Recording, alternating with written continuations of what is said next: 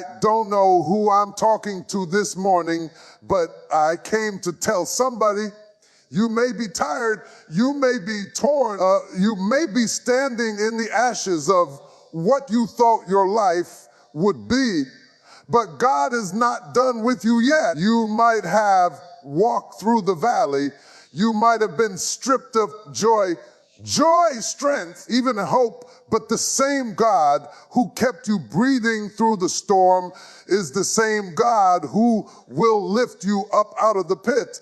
Oh, I feel it right now. He's not just going to keep you, he's going to restore you.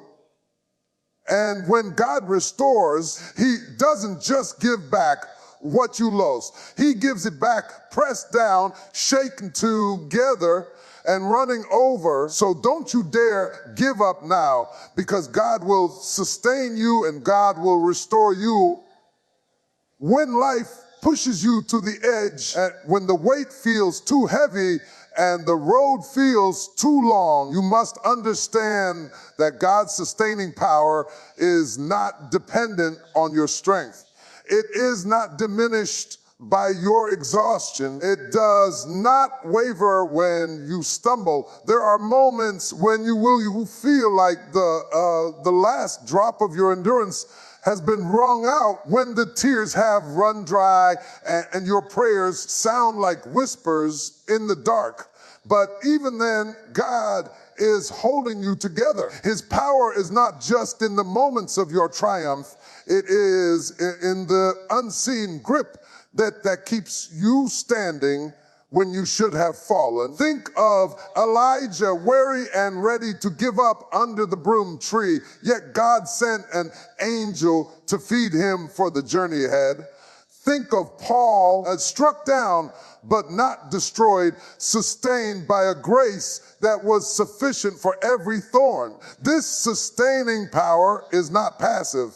It actively works in your weakness, undergirds your spirit, and keeps your faith from collapsing. It will carry you through the nights when you can't see the morning, and through the storms when you can't find shelter. When others see only the breaking point, God sees the point where his strength will be revealed in you. The breaking is not the end. It is the place where the hand of God becomes the anchor of your soul, holding you steady until the season shifts. When God restores, he never simply puts things back the way they were. He is not in the business of giving you yesterday's leftovers. He is the God who makes all things new. Restoration in his hands is transformation. It takes the ruins and turns them into something stronger, something richer, something that carries the fragrance of his glory. When Job was stripped of everything, God did not just return the same number of sheep and camels, he doubled them. When the prodigal son came home, he was not treated as a servant, but celebrated with a robe, a ring, and a feast. God's restoration upgrades you because the journey through loss and pain shapes you in ways comfort never could. You come out with deeper wisdom, greater resilience, and a sharper awareness of his presence. The scars you carry become testimonies. The emptiness you felt becomes space for his abundance. And the things you thought were gone forever are replaced with blessings you could not have imagined. This is why the enemy's plan always fails. He can take, but he cannot destroy what God has ordained to restore. Every delay, every detour, and every night becomes part of the preparation for what is coming next. And when God brings it forth, it is not just a return, it is an overflow that proves his faithfulness. The wilderness is never meant to be your final address, but it is often the place where God does his deepest work in you. It strips away the noise, the distractions, and the false support so you can see him more clearly. Israel wandered for 40 years, not because God abandoned them, but because he was preparing them, teaching them dependence, shaping their identity, and building their faith for the promise ahead. That David was anointed king, but spent years in caves and hiding places, learning how to trust God in obscurity before stepping into the throne room. The wilderness feels barren, lonely, and unending, but it is the training ground for your comeback. It is where you discover that man does not live by bread alone, but by every word that proceeds from the mouth of God. It is where you find that even when there is no visible provision, manna can fall from heaven, water can flow from a rock, and strength can rise in the middle of weakness. The wilderness seasons refine your character so that when restoration comes, you are not only ready to receive it, but able to carry it with humility and wisdom. What feels like delay is often divine positioning. What feels like punishment is often preservation.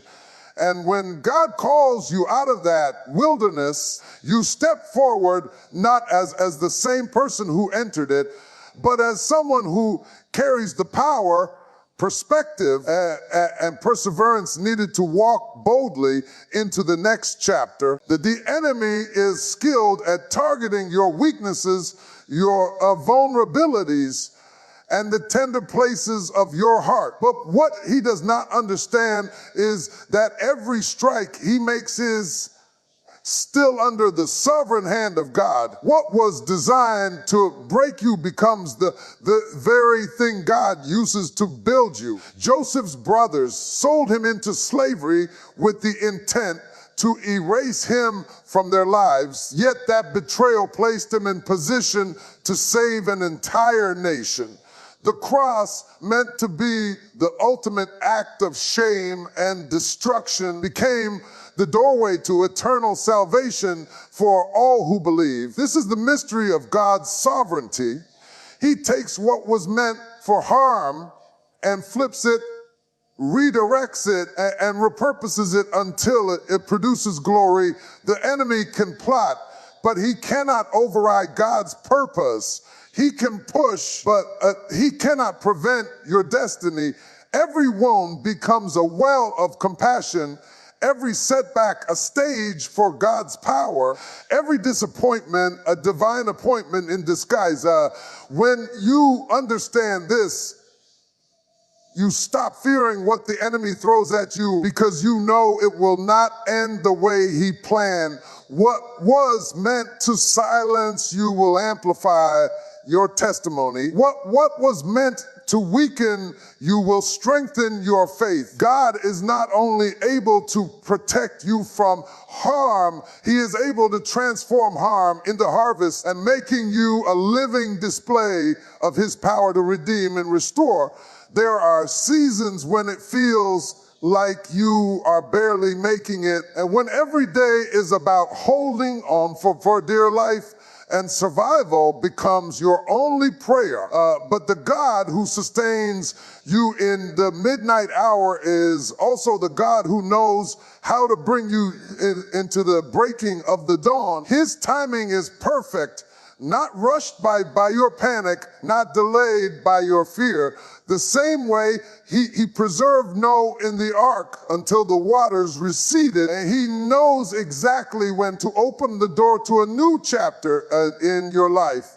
Survival is not the end of your story. It is the bridge to revival. What you have endured has not been wasted. It has been the soil in which your next season is growing. God's timing will take you from simply breathing to truly living again. When he moves, he shifts you from the posture of holding on to the posture of moving forward. He breathes fresh wind into your spirit, reignites the fire in your heart, and places strength in places you thought were permanently broken.